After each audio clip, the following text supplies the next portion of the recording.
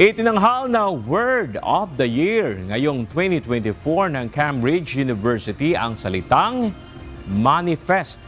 Naging tanyag ang salitang ito matapos na maging bahagi ng self-help at social media trends na tumutukoy sa ideya ng manifesting o proseso ng pagpapakita ng mga ninanais sa pamamagitan ng positibong pag-iisip at visualization.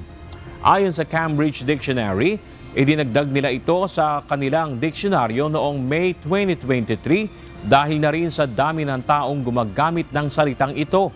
Ngayong taon, naabot sa 130,000 times hinanap sa website ng Cambridge ang kahulugan ng salitang manifest, kaya ito ang naging isa sa mga pinakapopular na entry. Bukod sa salitang manifest, pasok din sa mga most search word ngayong 2024 ang salitang brat, equitarian at resilience.